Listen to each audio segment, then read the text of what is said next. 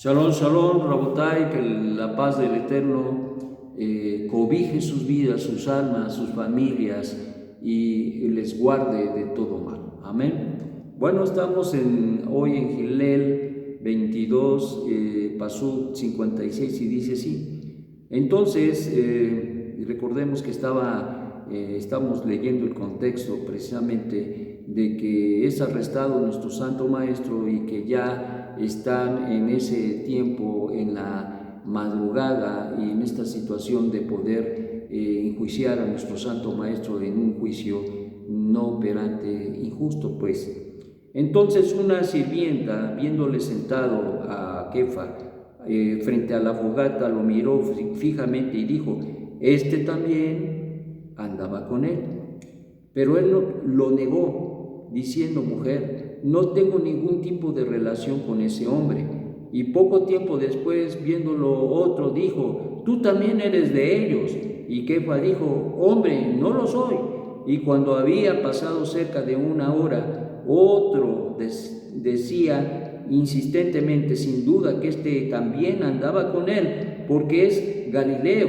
Mas Kefa dijo: hombre, no tengo ni idea de lo que dices. Y al momento cantó un gallo.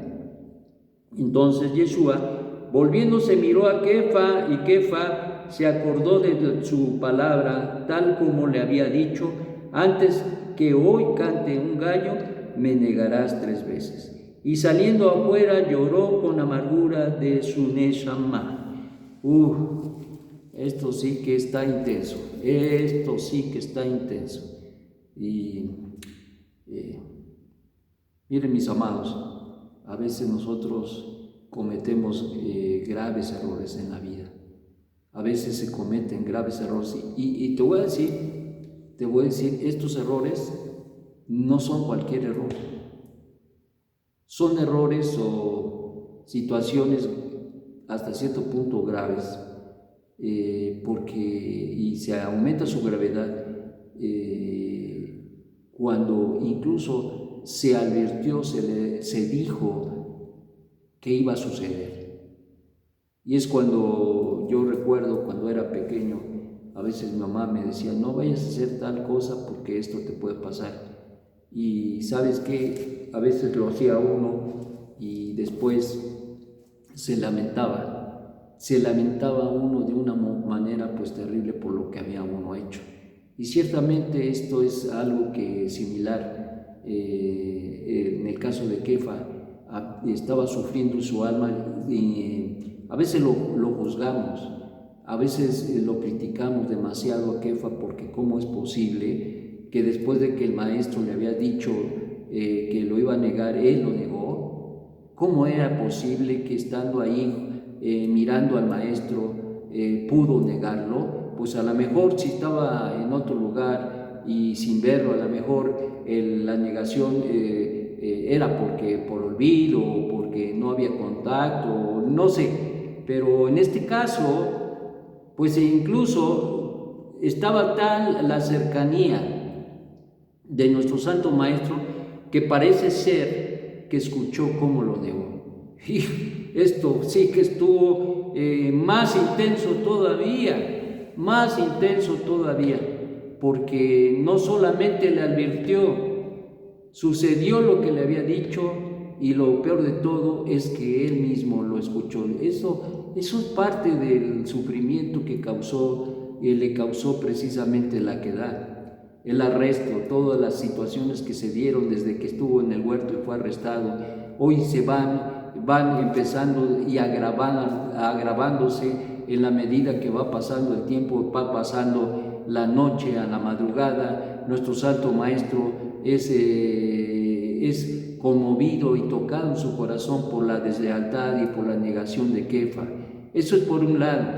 Pero por el otro lado, Kefa, cuando se dio cuenta de lo que había hecho, ya no sabe ni qué hacer. Seguramente su corazón estaba deshecho, se sentía lo más terrible que se pueda sentir o tener en una condición, un hombre en esas condiciones. Y como decía, muchas veces nosotros hemos estado en esas situaciones a donde incluso se nos advirtió, se nos dijo que no hiciéramos tal cosa, o tal vez sabíamos que si esto hacíamos o sucedería tal y tal cosa, y sin embargo lo hicimos semi-inconscientemente o conscientemente. Al final del día lo hicimos, y eso es precisamente la situación. El punto no es si lo hiciste consciente o inconscientemente. En el caso de Kefa, pudiéramos decir es que por temor, y que pues sí, pudiera haber muchos atenuantes, pero al final del día lo hizo, y esto es lo que causa la gravedad del problema, porque incluso había sido advertido.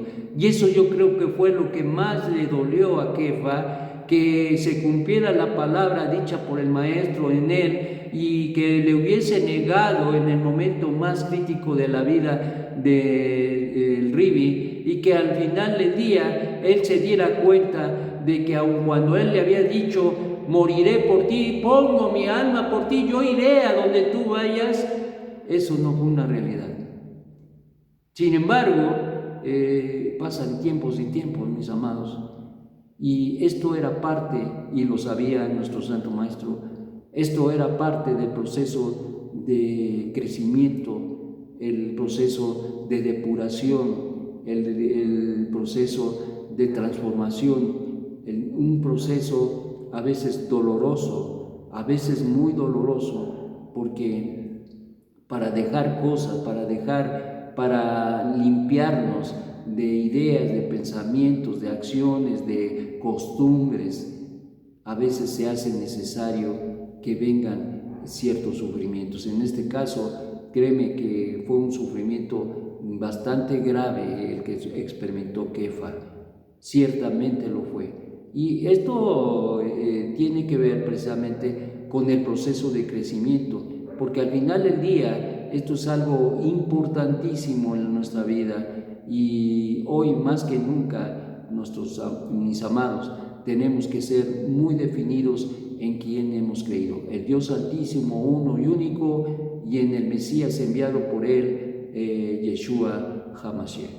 Por lo tanto, hoy más que nunca tenemos que aferrarnos a esta idea, a este pensamiento, a esta verdad, más que idea y pensamiento, a esta verdad que el Eterno nos ha entregado y que ha descubierto delante de nuestros ojos, y que hoy somos responsables como Kefa de mirar y ver esa verdad que está plasmada en nuestro Santo Maestro como el Mesías de Israel, que podamos ser fieles a Él, que podamos ser leales a Él, y que podamos continuar viviendo y andando en el camino que Él nos abrió, para que podamos aspirar a tener y obtener la redención y la vida eterna.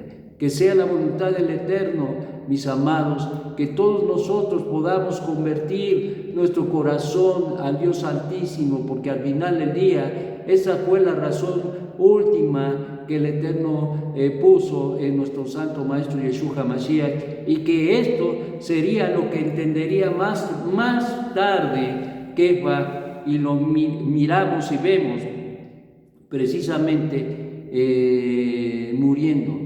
muriendo también según la tradición, muriendo como su maestro en una cruz en el madero.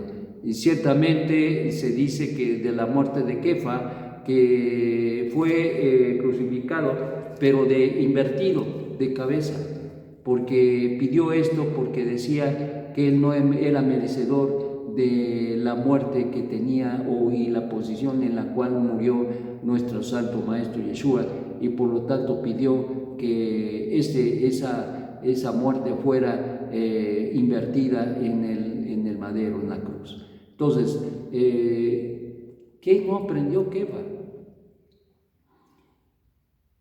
Esas palabras que dijo de que mi vida daré por ti se hizo realidad, pero años posteriores, cuando él pudo meditar, reflexionar en lo que valía su vida en el servicio al Eterno.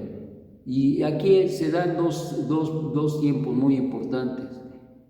Primeramente, Kefa tuvo que aprender a dar su vida para los demás, y luego posteriormente mostrar la fidelidad a su maestro, y en este caso muriendo por su fe, por su convicción, muriendo por sus ideales y en este caso por su apego a la Torá, por su apego al enviado de Hashem.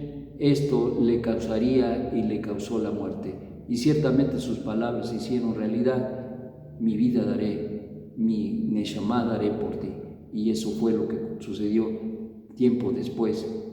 Se hizo realidad y de alguna manera él sintió o miró en ese momento la reivindicación de su vida al respecto de esta negación que seguramente le pesó. No crean que no. Yo creo que miró el perdón de nuestro Santo Maestro, ciertamente, pero también en ese proceso todavía duelen cosas que a veces nosotros llegamos a hacer, y que llegará un momento a donde se reivindicará esa situación y el Eterno nos dará la oportunidad de hacerlo, como fue en el caso de Kefa.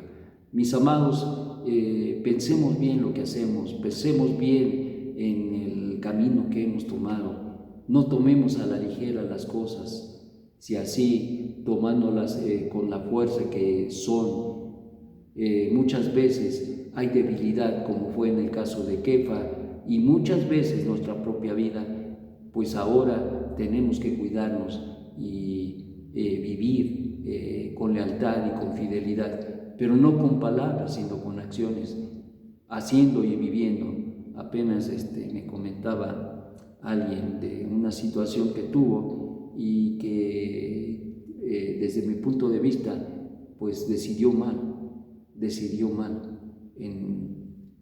en lo que hizo, pero sin embargo no le quise decir nada porque es una oveja propiamente nueva, tiene poco tiempo en la comunidad y yo sé que cometió error, yo sé que el Eterno le va a hablar y le va a ayudar a hacer rectificación, pero yo creo que no era el momento de que yo le dijera. A veces, como dice Coelet, hay tiempos de hablar y hay tiempos de callar.